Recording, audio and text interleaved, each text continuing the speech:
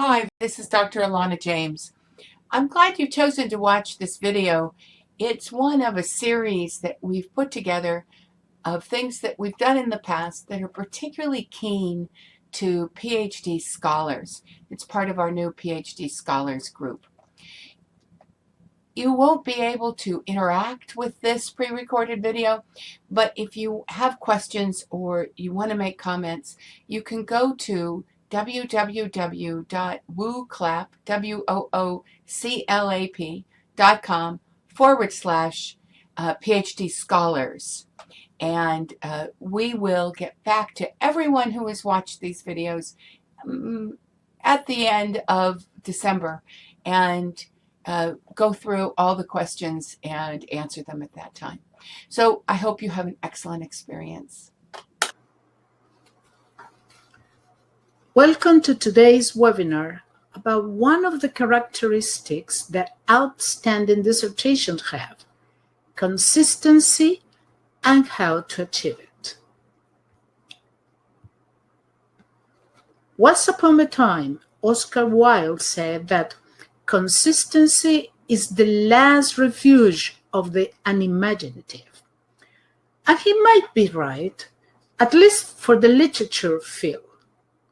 However, when dealing with dissertations, consistency is a very important tool to get not only consistent but also valid results. As I pointed out in other webinars, a dissertation is a piece of academic writing that is built to convince academic people of our point of view. And to do that, it has to be clear, supported, and consistent enough to let scholars evaluate and validate our work. That's the reason to present this quote. This is the content of this webinar. As usual, we begin with a concept and move towards pragmatic content to apply our knowledge. And let's begin by explaining what we refer to when using the term consistency as an essential characteristic of a high-quality dissertation. The definition of consistency is focused on the concept of coherence among the different parts that form a dissertation. But what is coherence? In general, coherence refers to different elements forming a unified whole, a whole whose parts not only fit together structurally, but also functionally. They all move to the same goal with a smooth flow. There is no part that has to be pushed oddly to fix into its designated space. Nothing is perceived or forced to act oddly. This graph illustrates the basic process to get consistency. First, ideas are produced and related logically, so there is harmony among them.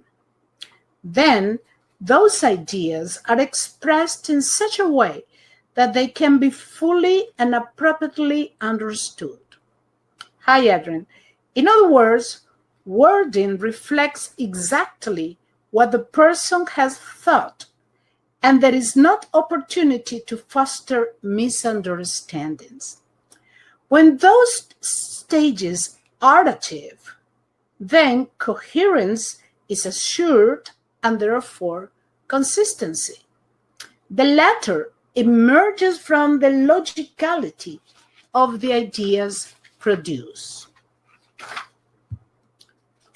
But what are the elements behind consistency that you need to take care of so as to get it when writing your dissertation?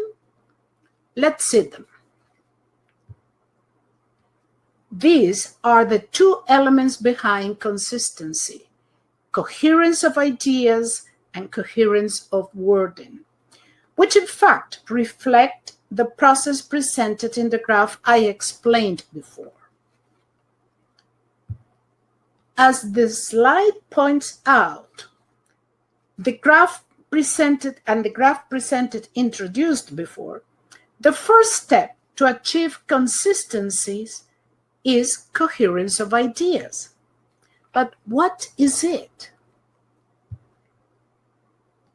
Well, coherence of ideas is also called logical coherence, and it implies that all ideas should be related so as to contribute to achieve the purpose of the dissertation. Ideas can either support or challenge the points of view that constitute the main focus of the study, but they cannot be unrelated to it. In other words, ideas should be harmonically connected like sound waves in a song. They must be coherent throughout the whole dissertation. Their discussion has to follow the same line of thought in each chapter, and very especially with basic elements like problem, purpose, research question, theoretical framework, and methodology. When you do that, reading and interpreting your dissertation is easy because ideas and words flow smoothly. That should be a must for your writing. This is an example of how pivotal elements of a dissertation have coherence of ideas. These three elements have the same focus. There could not be misunderstanding of what the writer wants to study and achieve. You may agree or not with their point of view, but you are not going to interpret their work wrongly, and that's what you are looking for. Now, let's move to the second element of the consistencies of a dissertation, coherence of wording. It is also called textual coherence. Some texts are perceived as easy to read, while others require too much effort to interpret. Text readability is the result of the interconnection between text surface, like elements like words, grammar, style, etc., and the concepts and relations that underline it. In other words, wording should not only be right from the grammatical point of view, but also express the right concepts and their relationships. It is a balanced mixture of structure, meaning, and context. What you write must reflect exactly what you think if you want to convince people, especially academic people. Nothing can be kept in your mind, and you cannot expect readers guess what you have thought. Here you have a counterexample of what coherence of wording is. What can you infer from it? Can you be sure of what the researcher intends to do? What do you think, Adrian?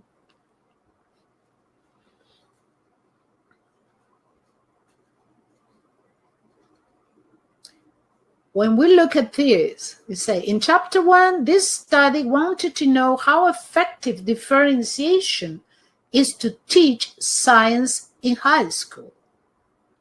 But in the literature review, the student wrote, this study was focused on effective strategies to teach science. And I said, wait a minute, weren't we talking about differentiation? And now we open this to effective strategies. And in chapter 5, when discussing the results, the student says, since this study intended to find out a way to improve science teaching, say, hey, when do you say that you wanted to improve science teaching? Okay? So, it's time to talk about how you can assure a consistent dissertation.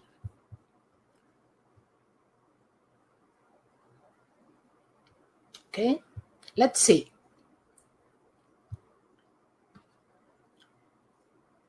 This slide presents the key to do it. You have to keep the same line of thought and express it in similar terms throughout the whole dissertation. It means, firstly, that you have to be sure what the focus of each part is and connect them harmonically, and secondly, express them in such a way that the meaning is the same, even if the words change. And these are two difficult challenges for students because they should have very clear ideas and also master the language so as to avoid changes in meaning when changing wording. That's why it is advisable not to change wording when talking about the pivotal elements. You may say, oh, that could be boring, and you're right. But a dissertation is not a piece of writing conceived to entertain, but convince.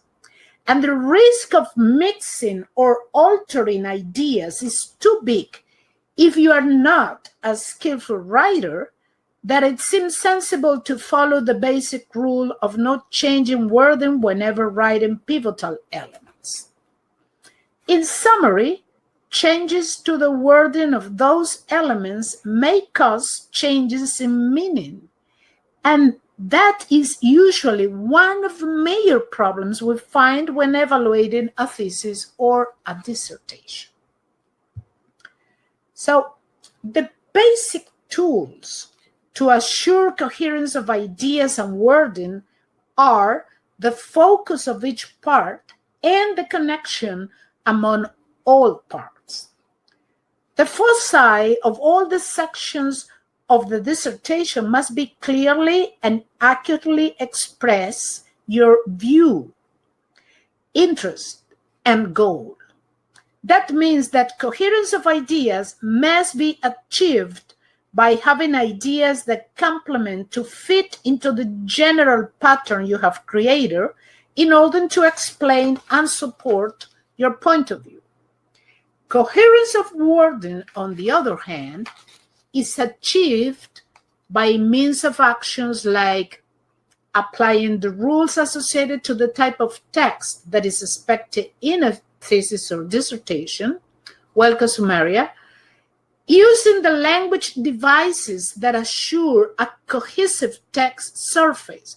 For example, when you use signal words and phrases like but, and, for this reason, because, since, that kind of words. Linking concepts and relation explicitly or implicitly. Using the same wording for pivotal concepts and paraphrasing other elements. So if you do those actions, you will be paying attention to keep and to assure coherence of wording. At the end, it is a matter of writing a dissertation whose different sections can be read as a good musical work is listened to. Everything contributes to taking the reader to the same ending point without bumps. Okay? Now, I ask you, can you feel that when reading this slide? Can you feel the whole thing moving together as to the same goal? And can you feel that you are in some kind, you are listening to a very harmonic song? So is this an example or a counterexample of coherence? What do you think? Okay. Okay. You have to reflect upon that. And here you have some tips to analyze the main elements of a dissertation and also identify inconsistencies. Wait a minute.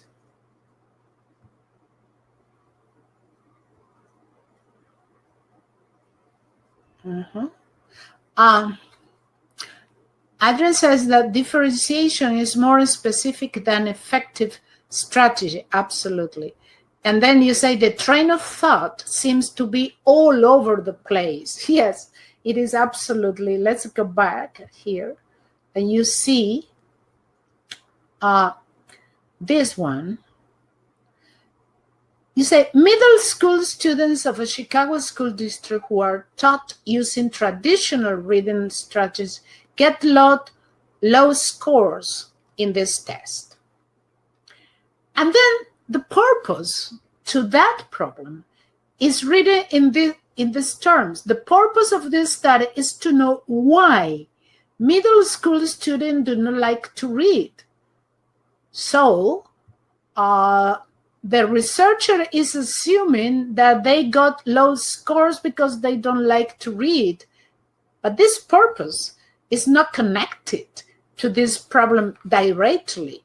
I mean, it is not that at the end of the research study, you may identify the problem with students don't like to read, but why is the reason to that? Welcome, Mabel, and so on. And then when you look at the research question, why do middle school teachers prefer to teach reading using traditional strategies?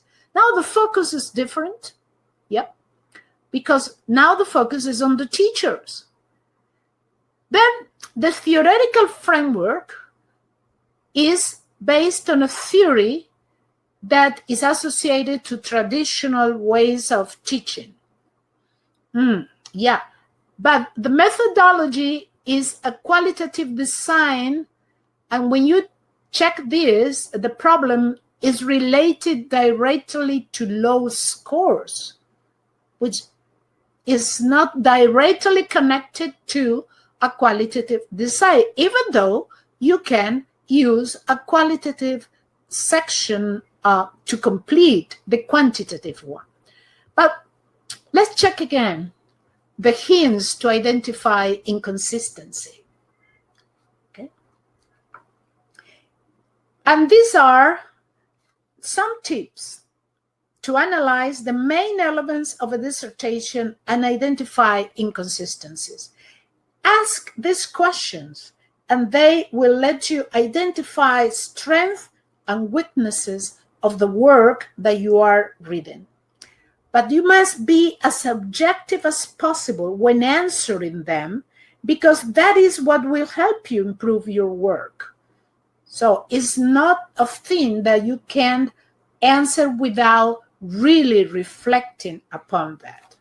And let me present to you a graph that illustrates the application of the identifying process to the previous example, the example that we talked about.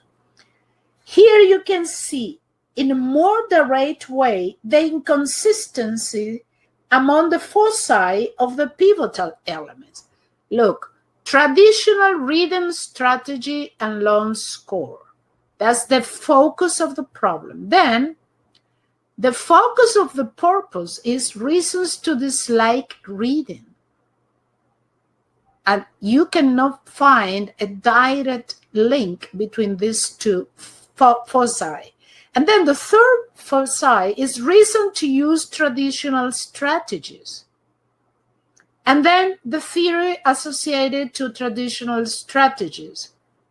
And then methods based on human experience and sampling by recommended peers that cannot be immediately connected to low to scores in a test. So if you write down the foci of the pivotal elements, you can very graphically see that they are inconsistent. Okay. Now let's continue and see. Keeping the same problem, we have the same problem, and establishing the main focus of the dissertation. For this problem, the main focus of the dissertation is teaching using traditional reading strategy, seems to be related to low scores in this test. But could you make the other pivotal elements work together for achieving the same goal? What is the most appropriate purpose and research questions and theoretical framework and methodology to make the whole thing work together as a unit, not only because they have the same elements, the same ideas, but also because they function in the same? Adrian asks, does harmonic connection imply that the different facets of one same argument are taken into account and discussed? Yes. I mean, you need to find common ground into which you base your presentation and discussion of the whole dissertation. All the parts of a dissertation must have some common ground. I'm not saying that you cannot include ideas and approaches and theory that challenge other ones. No.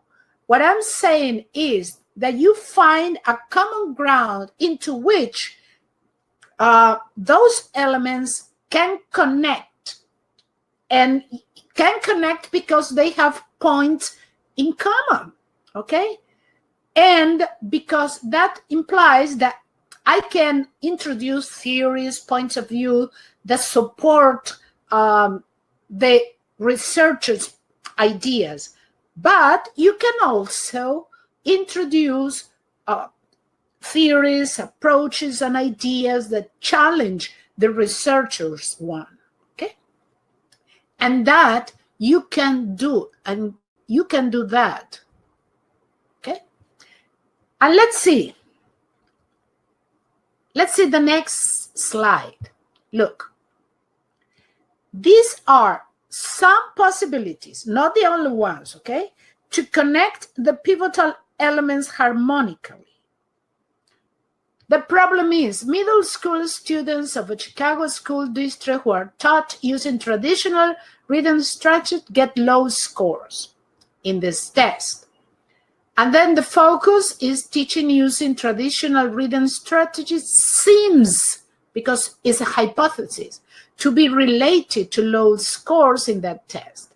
So the purpose could be to know why middle school students of a Chicago school district who are taught traditionally get low scores in this test. That's one option. What is the common ground? The common ground is that you are looking for the reasons for why they are getting low scores, and you try to make a connection to the way that they are being taught. You cannot say that from the beginning, because if you say that, your study would be biased. But you have to point out that may be a connection between the methodology or the teaching method used and the results in the test. So the research question could be, why do middle school students of a Chicago school district who are taught traditional get low scores in the test? And then the theoretical framework could be, this study will be based on different theories and approaches that explain the learning of reading. Why? Because you are going to explain the traditional method of teaching, but you need other points of view in order to know if it is necessary to change the method of teaching and get another method that could improve their scores. Okay, and this could be done using a mixed method research design, which may have, for instance, a comparison of different teaching methods. You can have a group that continues being taught traditionally, and that would be the control group. And then you can have another group that uses the constructive way of teaching, and another one that maybe use another one. You can have from 2 to 3 or to more different methods of teaching, and compare the results and get to answer this question, why? Okay. Could you think of other options, or do you have any comment to make it in relation to this harmonical connection among the pivotal elements? Think of that. Okay. Of course, you are invited to do it, to talk about that right now or at the beginning of the webinar. So, coherence of ideas and wording assure consistency.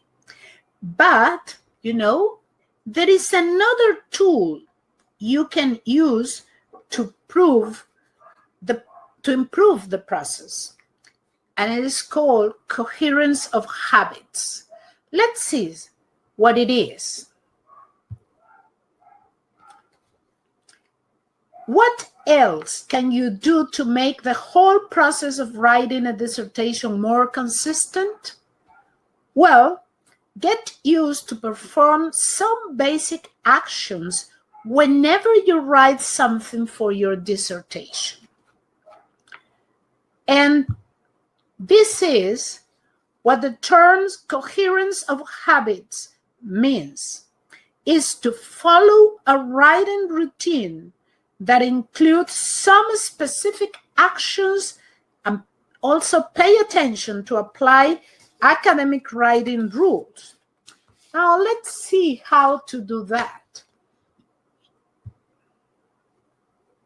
You have 3 stages that you can use, or that will help you develop very effective habits when writing, and not only dissertation. Adrian says regarding the previous, the connection harmonically of the previous example, that it might be worthwhile to examine whether, and if so, how that test objectives differ from those tackled by traditional reading approaches. That is absolutely a very good option. Why? Because if you can establish if there is a link, a direct link, or a broken link between what the test evaluate and what the traditional reading approaches teaches, then you can have the reason why there is not, why that use of that traditional method is not being useful enough. Good, Adrian, good. Oh, sorry, let me go back. So here you have 3 stages that you can use: pre-writing activities, write draft, review draft. What the actions that we are going to talk about in each of these stages could be, you need to develop them as habits. So whenever you write something for your dissertation or for any other writing task, you can do that, and that will give you good results. Let's begin with pre-writing activities. Before writing, you need to do some activities focused on developing and organizing your ideas, as well as supporting and challenging your points of view. Look, establish the focus of the section. Before writing, you are very clear about what you want to talk in that specific section. Then find literature support for your argument. So you are prepared with all the literature support that you need to prove your point of view. But you also find counter arguments, because you need also to discuss points of view that are different from yours, that challenge your point of view, so you can convince people that what you are proposing is the best solution or the best approach. And you have to identify citations that can be used before writing, because if you have that, at least a basic set of citations, then when you write, you will do it in a more confident way. And then at the end, when we talk about the next stages, you can go back and improve that citation, but you need a basic set in order to begin writing.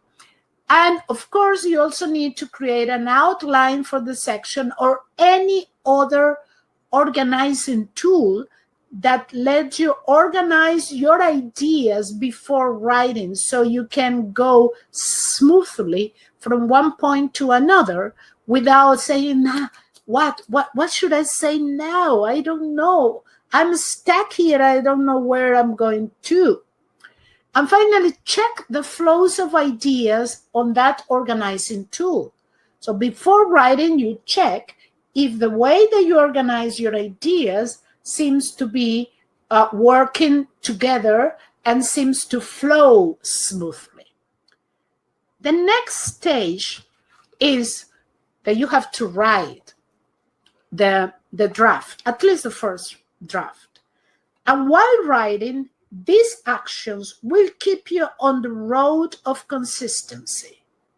Write, read, check, rewrite are actions that will keep you on track. Aldrin said Creswell, 2015, even suggests creating a literature map with appropriate citation for each checkpoint in the map to ensure consistency. Yes, and that's a very good tool. I mean, you need to organize not only your ideas and check the flow of your ideas, but you also have to organize the citations that you are going to use to support or challenge the points. So when you are writing, you begin following your organizing tool, and they say, okay, now I have to use these citations, and you put it there. And then you continue. So you don't have to go get up and go and look for hundreds of pages that you have and hundreds of references that you have. You already have done that thing. So if you look at the actions suggested for the right draft, is first write down a first draft that you have already organized. Then assure that that draft has logical and text coherence, okay? In other words, that the ideas are connected and then have the same focus.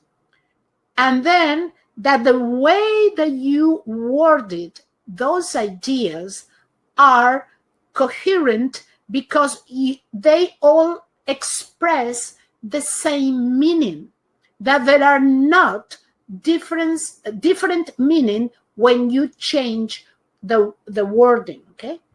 Then you check readability, and you say you can do it to you first, and then you ask a peer, a friend, or somebody to read it and say, please tell me if this can be read easily. And then you check if it follows the outline. Of course, you can put this action before, okay? And before checking its reliability, and you improve the draft according to the feedback that you get.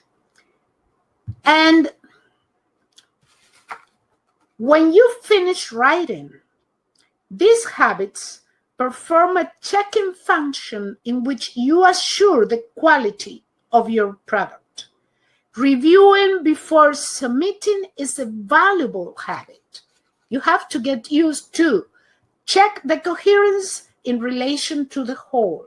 You read the whole thing and you check if everything is working together, if everything fits without pushing it.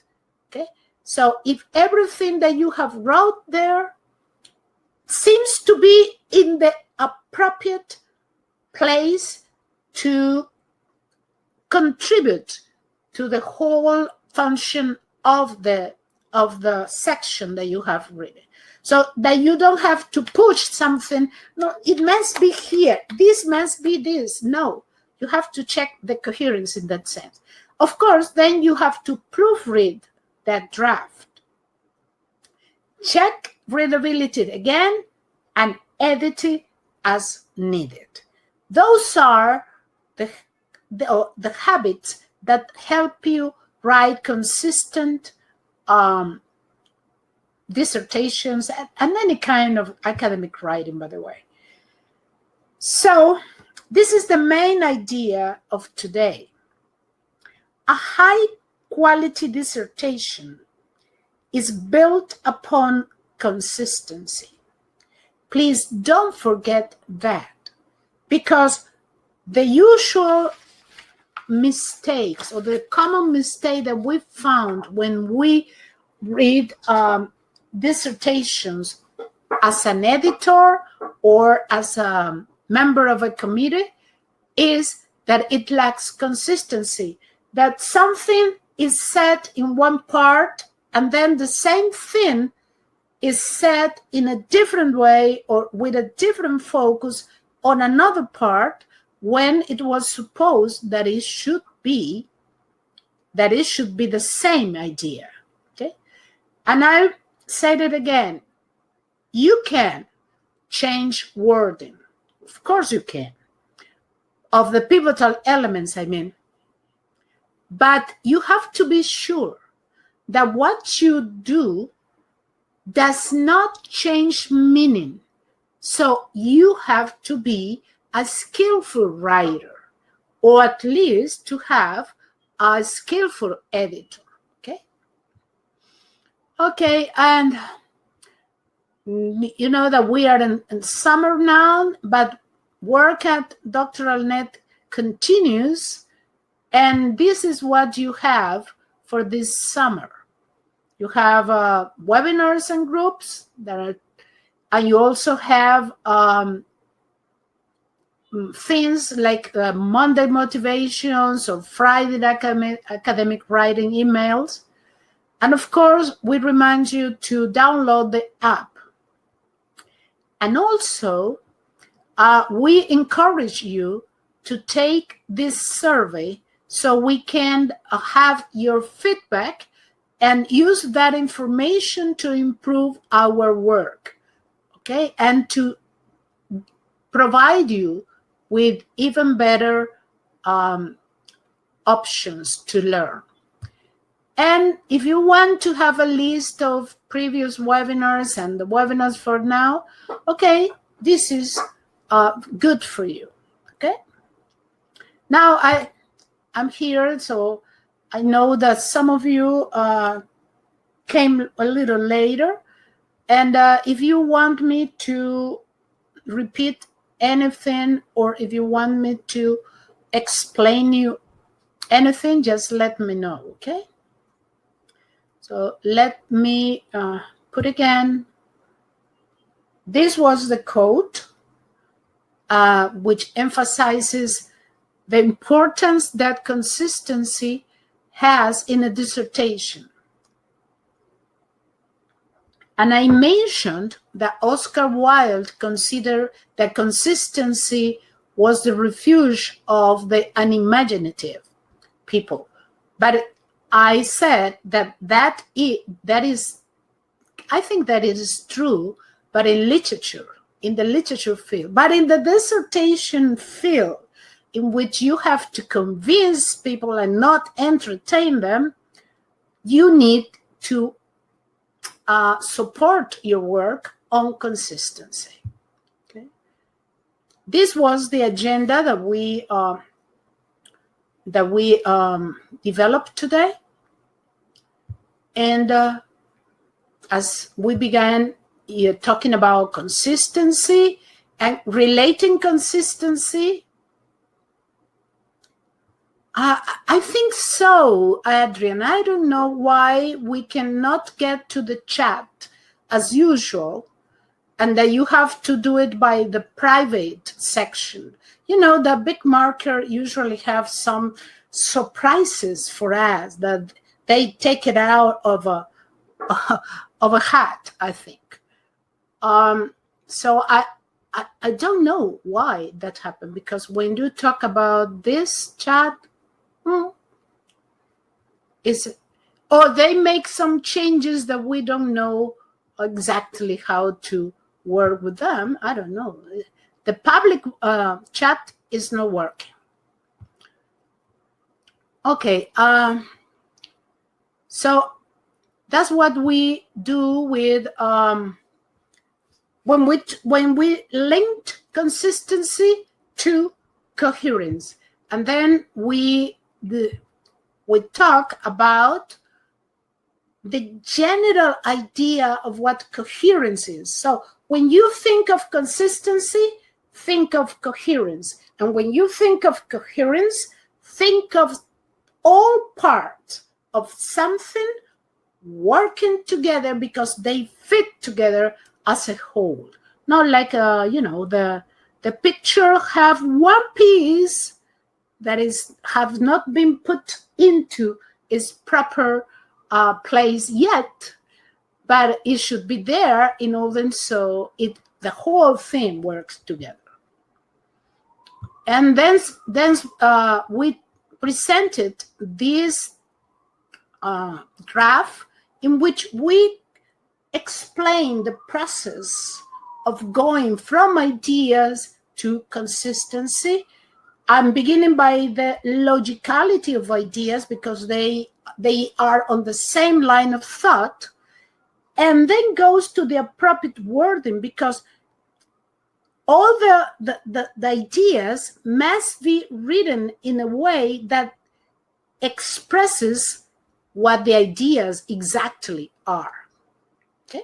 And that's important because you may have all your ideas well connected in your mind and so on, but what happens if you don't find the exact words and the exact structure to the exact wording to make them reflect your ideas?